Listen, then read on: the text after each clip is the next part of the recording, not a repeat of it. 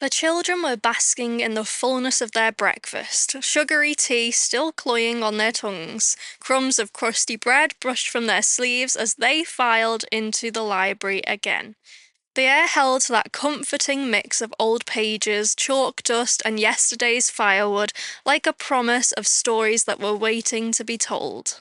Berta plopped into her seat with a familiar bounce.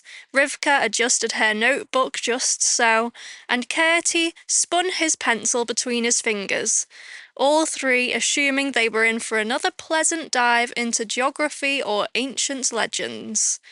But today, Yosef didn't write anything on the slate. He didn't touch the globe.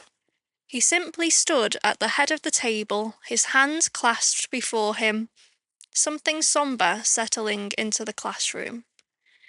"Today," he said after a moment, "we're going to talk about history.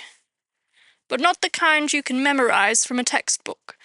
Today we're going to talk about the kind of history that lives in people's bones. The kind that changes how we walk through the world." The children looked at each other, puzzled but intrigued. "Do you know how the Great War began?" Yosef asked. "I don't mean the rumours you may have heard. I mean the real reason why it happened at all."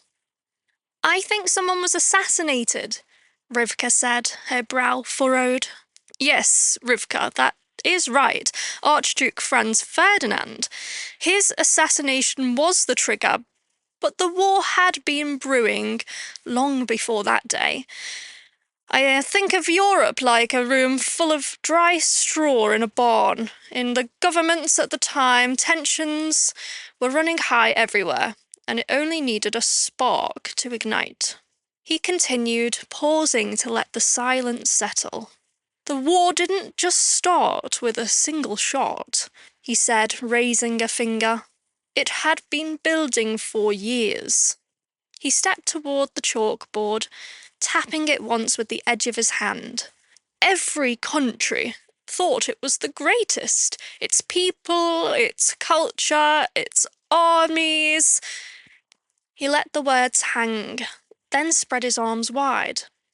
"All shouting at once."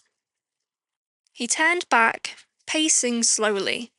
"Huge empires like Austria-Hungary and the Ottoman Empire," he drew a line on the slate, "they were like patched-up quilts, stitched from too many fabrics of life.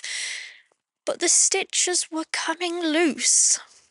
He snapped his fingers. "Serbia wanted freedom. Rebels inside Austria-Hungary wanted power." He stopped then, looking each of them in the eye. "And Germany." He let the pause stretch, his voice dropping low. "Germany was pacing like a caged animal, restless, demanding its place in the centre of the world." Yosef paused, letting the children absorb his last word. Then he leaned forward slightly, lowering his voice. "Militarism," he said, drawing the word out on a slate behind him. "It added fuel to the fire." He mimed an explosion with his hands, fingers splaying wide. "Every country was building massive armies, stockpiling weapons, drafting young men of every religion and race, even in peacetime."